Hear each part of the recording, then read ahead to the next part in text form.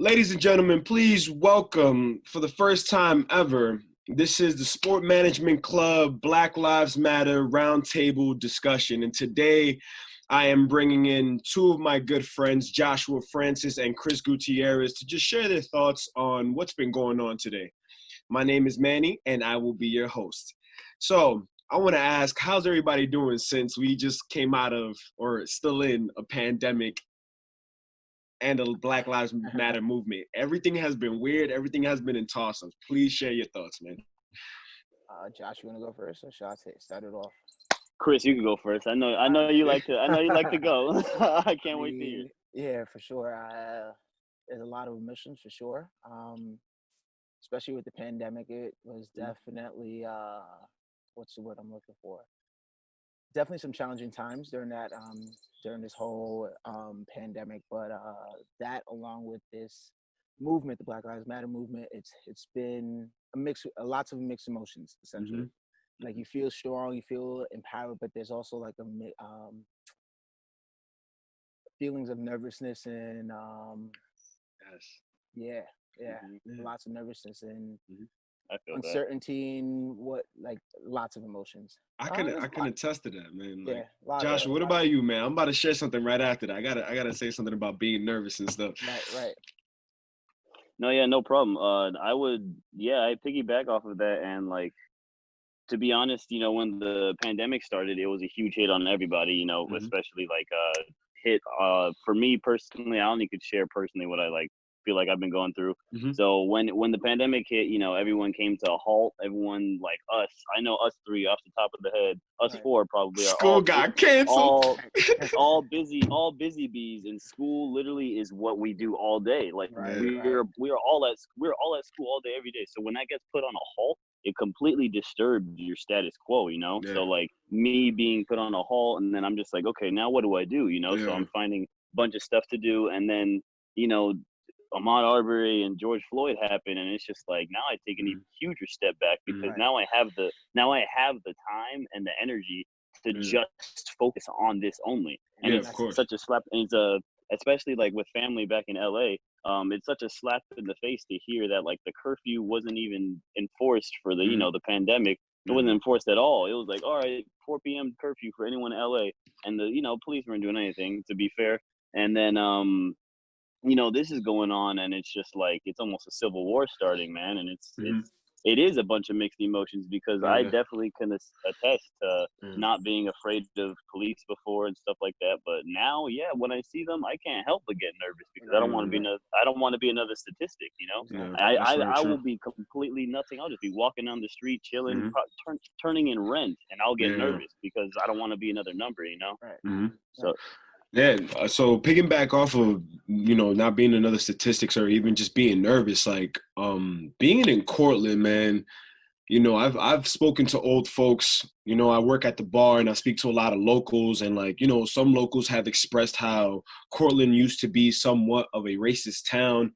And I've had, some patrons say, oh, no racist, and then continue to say something racist in their sentence. And it's just like, all right, you're drunk, your feelings are going to get the best of you. But now, you have rioting going on and looting, and everyone's going crazy for Black Lives Matter. And then once I step out the door, every white folk in Cortland now is giving me a dirty look. And it's like, you wasn't giving me a dirty look last I'm not week. lying. I feel the same. And it's a little bit uncomfortable. It's a little bit weird. And it's just, I don't know. Like, one thing I've always thought about is just like, how do we teach people that it's okay to be a different color of skin? Like, what can we say? So during this pandemic, like Josh said, it kind of altered our status quo, not being busy, not being that student. I took it upon myself to stay busy, so I started leading like Zoom classes and things like that. But during those Zoom classes, I talked about these issues. One specific one, especially after George Floyd, I had like a 5-minute, I guess, talk with all of the people that took my classes, and talk to them about what they could do to help people like me, people that don't look like them. So sorry about that. No, you're fine. All right. Ooh, got the phone booming. Who hitting you up? Always, Chris always got the hit ups. Yo, Chris always man, got the hit ups. yo, you on Even in TV? lockup. You Even on on TV? lockup. Give me a Well, shout yeah, out. yeah. So I talked to them about how they could possibly help people that don't look like them. So Mhm. something that so the way I organized it was I made my class very challenging. That specific class to be extremely challenging to make people feel uncomfortable, Yeah. right? And then at the end of the class, I talked about how I was feeling uncomfortable. And I told them that what all of us need to do is to be able to talk about these uncomfortable situations Yeah. so that you have a better understanding and sort of empathize with those people that Mhm. might not look like you or have the same Yeah. culture as you or what have you, Yeah. and I kind of tied it to my class where, like, I told them, hey, we were uncomfortable for this last hour, Mhm. so, and you're alive and you're able to still go about your day, and like, you got through that uncomfortable Of situation. course. So like that uncomfortable talk that you'll probably have regarding these movements, like, you'll be okay and you'll learn a lot and you'll grow. And something I ended off with was, in order for an individual to grow, you need to be challenged. You need to go through those uncomfortable challenges, essentially, Yeah, for lack of better 100%. words. Yeah. Very true. Very true. So Yeah. I think the best way for us, for everyone, honestly, is to just have these conversations. And I think it goes both ways, because I feel like a lot of people have talked to me about how it's uncomfortable for them, and they don't really know how to start, and they don't want to be offensive. So I think we need to create what we need to do is to create like this bubble or this space where people feel comfortable enough. Yeah. It is already an uncomfortable situation. Yeah. So you want to create a space where it is comfortable for them to learn, to understand, to develop a understanding of the differences. Yeah. So yeah. Talking, Joshua, were you gonna bounce off of that real quick, or just? Oh no, you could keep going. So talking about being uncomfortable, we were supposed to have another student on this live call. We were supposed to have Matt Kreinick, and he reached out to me personally and said, "Hey, like, I would like to sit out just because I feel like this isn't my place to speak." And it's like, it is your place to speak, because now for me, I'm always wondering what happens to the people who grew up in the neighborhoods where Black folks are. Like, what happens to the white guys that grew up in the hood and they grew up to be just like one of us? Like, and how are they treated and stuff? And I wanted to get that perspective from him, but we'll definitely have it another time. Mhm. But just that in general, like, I've been seeing people get into arguments online, and it's just All the like, time. how can you properly educate someone through social media when you can't say everything in one answer? Right. Definitely. And the one thing you don't mention is the one thing they come at you for. Definitely. All the time. And it's like, how, like, people are so quick to just jump, and it's and it's like, how can we just say, hey, like, I understand where you're coming from, but this is what I'm talking about. Yeah. Like, I remember someone I knew posted up a picture, a video regarding George Floyd's brother talking to the looters and the rioters, like, hey, like, this ain't the way to go, and that person ended up being encountered by someone who's pro-violent. And it's just like, are you pro-violent because of the anger that's coming about, and you understand that? Because I can understand that. But if you're telling me that it's okay for 13-year-olds, 14-year-olds to get influenced by adults to fight in a fight that's technically not their fight, or technically they shouldn't even be worrying about it, they should be worried about being teenagers, then that's wrong. How can you be pro-violent if innocent lives are getting hurt? That doesn't make any sense. So I get what you mean. I definitely understand that as well, but something that kind of stood out to me was what you said, especially regarding those teenagers. Yeah. In my like 5-minute speech to my participants, I told them when racism was introduced to me. Yeah. I was like 7, 8 years old. Wow. So I was exposed to it at a very young age. Okay. And Same. and I had these talks, and you know, yeah. So I'm not saying I'm not I'm not pro violent. Mm-hmm. If No, of that's what I'm course trying not. to say, but Yeah, Hmm. I you definitely think understand. I definitely think Exactly. that Yeah.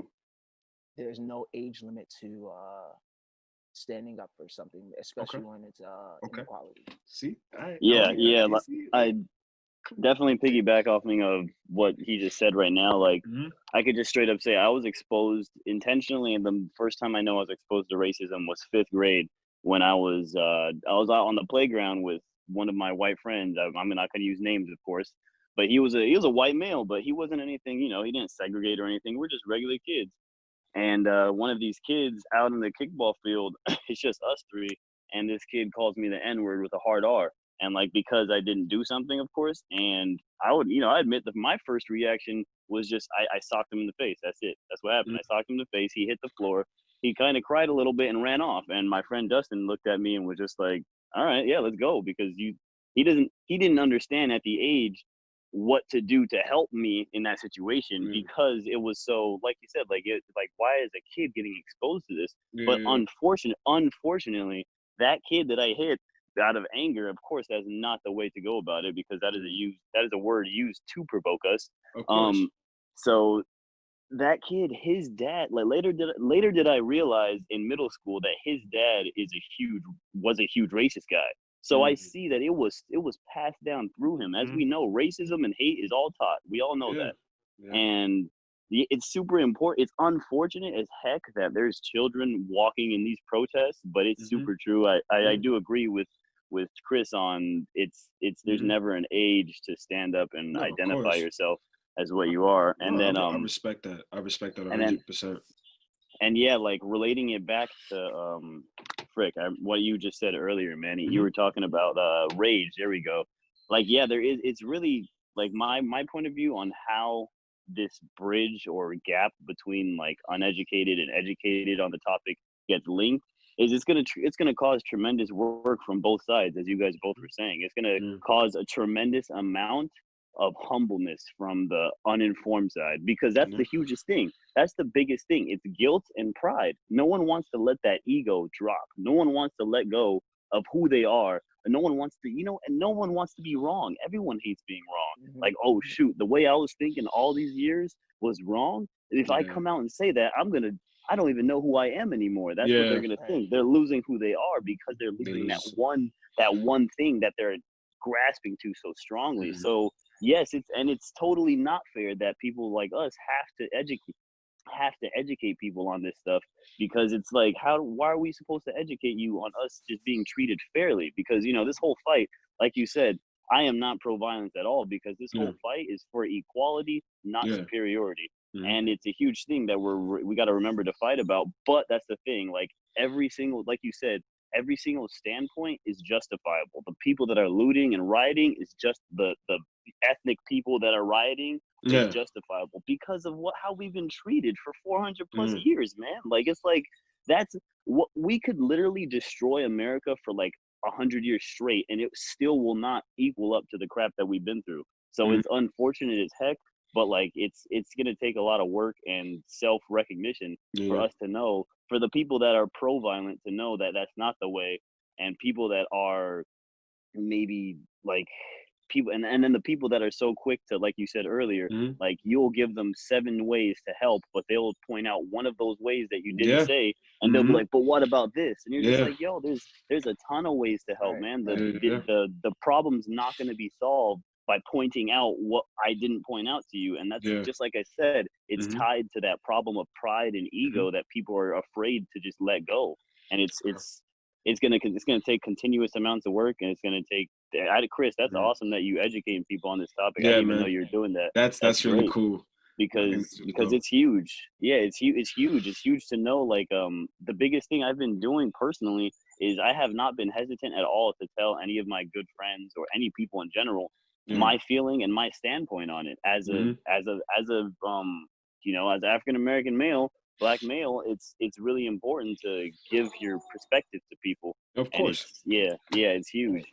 And I've had numerous conversations, especially going to Cortland and the race differences and whatnot. I have a lot of friends that are white, and I've had conversations about the different sides. And the thing that I love challenging individuals on their, like, if someone has a viewpoint, I challenge it so I can develop an understanding of it. But as soon as I challenge it, I provide mine, and then I provide like where I'm coming from, so that we all can just kind of see where our differences are and see if we can come to an understanding. We could even agree to disagree, but as long as you hear me, Yep.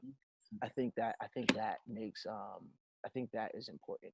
Do you recall something that like a time that you can probably briefly talk about when someone had a different view and you were able to just shine light on that? You don't have to use names. I'm just saying, like, Absolutely, give somebody the. Something recent, that All Lives Matter versus the Black Lives Matter movement. And I talked about that, and she was like, "Yeah, I'm definitely All Lives Matter." And I just said, "Well, right now, Black lives aren't viewed as important, so how can everything be important?" Right? Okay. So that just doesn't make sense in that way. Had like a 2-hour conversation about it. So definitely, and I kind of tied in a couple of different things. I don't want to really share it right now. Maybe later. You fine. Yeah, You fine. Don't worry about it. Don't worry about it. If anything, if anything you feel like is not appropriate, it doesn't need to be said. I'm pretty sure people will get the gist of it. Right. So just talking about the all. Oh no, continue. Actually, my fault. I'll talk after you. No, it's all right. It's all right. But like, the point got across, and I think after that, and I provided resources to that person. So as soon as I provided my side, I provided that individual with a couple of names to just look up, or cases to just look up and just read about it, and then come back and we'll talk more about it. So it was a continuous dialogue, essentially. Yeah, never ended, and I think that's important. It definitely help that individual see where I was coming from. I don't know if it necessarily changed that person's mindset, but that person definitely has a better understanding of why things are kind of happening. And, and I point out like different things. Like I point out how like some of this stuff is very systemic or systemic. And if it weren't for like us minorities to like learn about Juneteenth, something as simple as Juneteenth, like that's an important day that was never talked about when I was growing up, especially in American history. And that is such an important, like, especially for minorities. Wait, what date is it again? June 19th. You know what's funny? I saw a post online that said, I hope no one's celebrating July 4th and everyone's going to go crazy for June 19th. And I literally asked my friend, I'm like, I'm sorry, but I have never heard of June 19th being, a holiday or something that's important. Can you please inform me? And she told me, and I was just like, wow, right. Why didn't I learn about this in school? And that's some of the things that we talked about. We learned that I was kind of talking about to my friend. I'm like, we learned so much about Christopher Columbus, George Washington, and all those individuals, but we don't learn about things that pertain to us. So that's it. I mean, I'll just end it at that. So, so just real quick, going back to the All Lives Matter, like everybody has different perspectives. And when I made a poem that, I put out on social media, and like at one point I did say Black Lives Matter, and I also said All Lives Matter. But at that very moment, when I said All Lives Matter, I was talking about the people who were getting hurt during the riots. And no one really reached out to me and said anything to me, about it. But how would I be able to justify that's what I meant? I don't want to disrespect somebody, but I also want them to understand, like, like I'm like a all love for everybody kind of guy. Like it's not only like there's different colors of black. You understand what I'm trying to say? Like I consider myself black, and I know I'm black. I say I'm Afro-Latino, and I grew up getting told by other people that I wasn't black enough. And I'm like, what do you mean? Like, what I gotta do to justify my roots? Like, I don't, so like just that happens. So a lot of us for sure. Like, have you guys went through that? Like, have you ever been discriminated by your own community? Oh, definitely. That's actually something I actually went through a lot growing up. being having the vernacular I have and voice tone I have and everything, you know, the common first thing across every plane, we all probably got it at one point. Oh, you talk white, you know, you sound white for a black guy or something like that. You know, Yeah. Chris, you probably have heard people say All it the to me time. or All the around people. time. So All the like, time. you know, when that happens, I actually learned like I'm a witty guy when it comes to the point where it could get me in trouble. So sometimes, you know, when people ask me or tell me like, oh yeah, you know, Josh, yeah, you're white, or like I hung out with a very diverse crowd my whole life, but I might not have hung out with a lot of, I guess, other black people. So people might have seen it as me being like a different type of guy or some different extra, some other category of black. But really, Oh, I just didn't. Yeah, you know what I mean. It grinds your gears because it's also like they're belittling your identity because they think that in order to be civilized, in order to just talk without slang, in order to affiliate yourself with no hip hop, with no sagging pants, with no, you know, any of the stereotypes, people are uncomfortable with that, so they have to label you as something for them to feel comfortable. Right. But it's like what in the world? How am I would hang out with with black people and they would say that to me like, oh Josh, well, why don't you, you know, Josh, why aren't you not, you're black but you ain't black. Like what the heck does that mean? What does that What mean? in the oh world does my that mean? God. So it makes no sense. I play sports. I listen to hip hop. You don't even I need do to do all that, anything that bro. you don't Yo, need to do any of that. You don't So that's need what to I'm do yo, saying. that. That's what oh I'm my saying. It's like God. there's no certificate. There's no job Right. application to You know, being black. you know Like what's I was funny? born this way, dude. You know what's So funny? The thing that blew my mind growing up was when like I understood, you know how anime is like associated with Asian culture and all this. mhm. And when I started seeing my best friend and my closest friends who are black watching anime, I was just like, all right, cool. Like I don't know what to do, but like, you know. Now, I missed the first part of what you were saying, Joshua, but I can guarantee you what I'm about to say is exactly the same. Have you ever heard anybody tell you you talk white? Yes. And Yes. I'm over, and then like it's just like, what does that mean? You can't be. Like, you can't sound educated. like what does that mean? I can't have I can't be intelligent. I can't have an extensive vocabulary. Like I gotta automatically, you know, use the slang. What? It What makes does that people mean? uncomfortable. That What does means that they have a mean? problem. Oh They man. when someone asks you that, they have the problem. They have Of some course. uncomfortableness in themselves.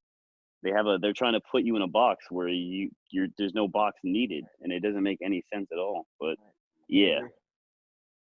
Definitely has happened to me as well. Okay, Veronica just reached out to me. She said that she missed our video link and then also she didn't receive a link. So next time I'll make sure she gets in here. But nah, yeah, like just I don't know how can you justify that? Like I don't know how you justify that. Like I've again, like me working at the bar, me being in Cortland, like I've had people when they're drunk, you know, they show their true colors, you know, and they're Yeah, no, yeah, like, yeah, oh, exactly. I'm not racist, but They say then the you N word talk, in the next no, song. nah, listen to this. They'll come to me and tell me that they're not racist, right? But I identify myself as a black man. But then here they are whispering in my ear about that N word with a hard ER at the end. And I'm just standing here like, I can't put my hands on you because I can get in trouble. So how do I just nod my head and say, yup, yeah, whatever. And then it's just like, I'm disrespecting my community for not standing up for them, but then I'm trying to avoid an issue. So now it's just like, what's right, what's wrong?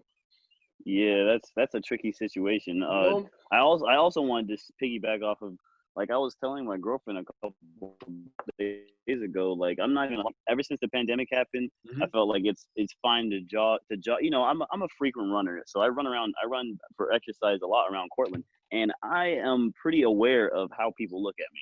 So before, literally exactly what you said, I related to exactly, because ever since George Floyd and Ahmaud Arbery happened, I literally can count how many I got like 7 mean looks yesterday from non-black people. Like, I'm just like, yo, what? Like, and I would literally would like wave, say hi, like cheerful. And I would think about it. After the third person, I was like, maybe I'm coming off like a little It's not weird or you. something like Yeah. that. Like It's maybe, not you. you know what I mean? Like maybe, no, exactly. That's what I'm saying. I'm like, you know what? I'm not giving anyone the benefit of the doubt anymore because we're past that crap. Right. So I'm gonna keep reassessing myself though, because it's always maybe me, always maybe me. You never know. So by like the fifth person, I'm like, yo, what in the world is going on? Like, I can definitely see that people are looking at me differently. Like, people are like scowling at me or glancing at me with some sort of thought, excuse me, with like, you can see them thinking something like while looking at you. So Yeah.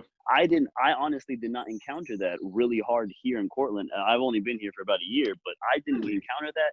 Okay. I honestly didn't encounter that in Cortland heavily until this, really. And like I said, maybe it's just because I have the time to really take back and reflect on it. Mhm. But literally, man, like, I went to the tennis court like behind my house, and that's not even like a 5-minute walk. And like 6 people that I freaking waved to or said hi to was like looking at me like, harsh. And I'm like, did I lift my hand up? I'm pretty sure I waved. I didn't. Yeah. I don't think It's like, I did I don't think say I flipped hi them off. wrong? Like, Yeah, did I exactly? Did I Right. flash a rifle or something? Like, what Yeah, what just Right now, happened? it kind Like, of feels like you just have to just be about yourself, and you can't be about just people and whatnot. and So, no, you're right, Chris. You're yeah. you're right. You're right. And it's unfortunate because as a person that's a little bit more maybe positive or just like to say hi to people, Right. that's gonna be taken completely differently. yeah. Yeah. Cool, for sure. Wait, I was thinking about something. All right, now I'm gonna get a little bit personal because obviously in Cortland, or at least in SUNY Cortland, I would like to say that the majority of students are predominantly white. Have any of you have felt that energy where you don't feel welcome around students and or faculty? Yes. For both or just one of them?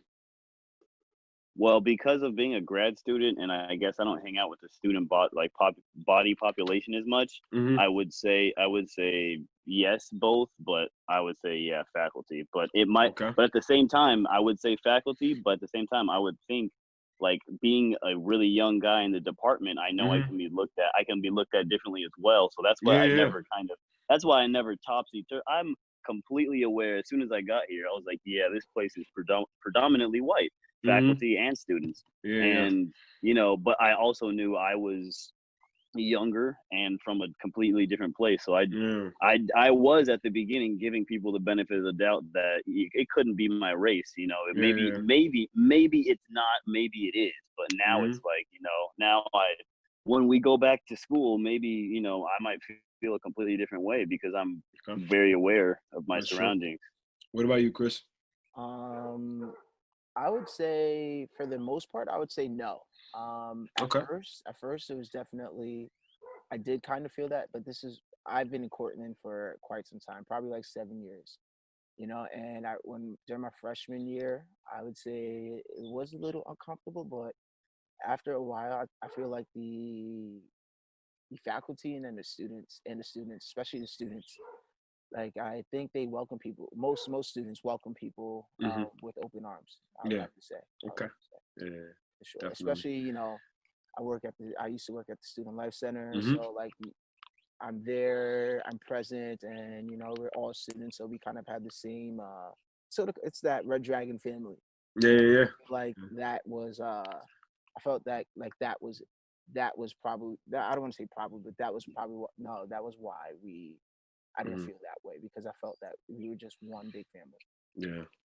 See, I'm a little bit in the middle. I'm like a gray area. It's like it's a little bit weird because I've felt weird around faculty and students, especially the athletes. Like, I know you don't know who I am, and then I came in doing like the media stuff and the interviews, but it was just like, if I'm the guy that's helping you expose your athletics, why do I feel hatred? Why do I feel like a sense of, disrespect? Like, you don't want me to be there, or I'm intruding in something. And all I'm trying to do is just help out the school collectively, And I just wanted to pick your brain on that, because it was just something that, like, I wanted to make sure that it wasn't just me feeling that energy.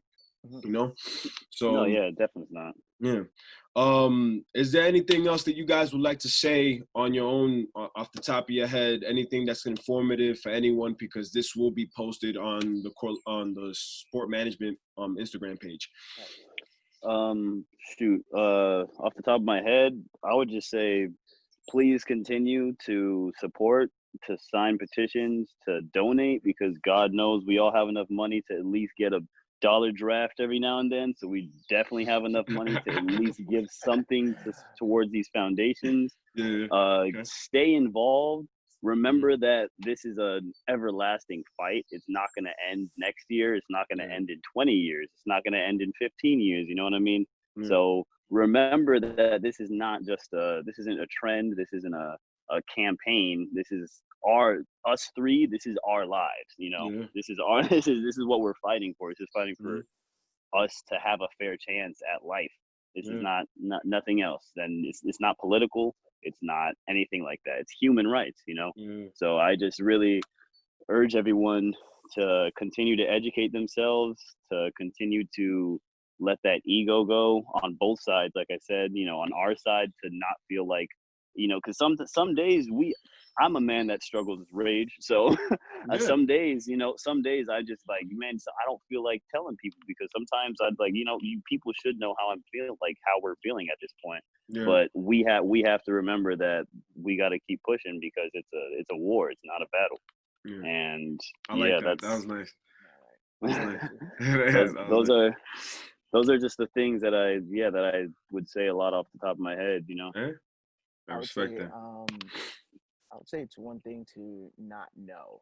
You know, it's definitely, you know, there's, again, going back to the uncomfortable conversations and not knowing about a certain topic. It's one thing to not know, but with the internet and social media, there's so much information out there. It's another thing to be uneducated. Yeah. You know? So I think everyone should take 10 minutes out their day just to learn about something that may not usually pertain to them, or something along those lines. You know, especially with these movements and what have you. I guess my final thought I would leave with is man, just love, man. Just love, yeah.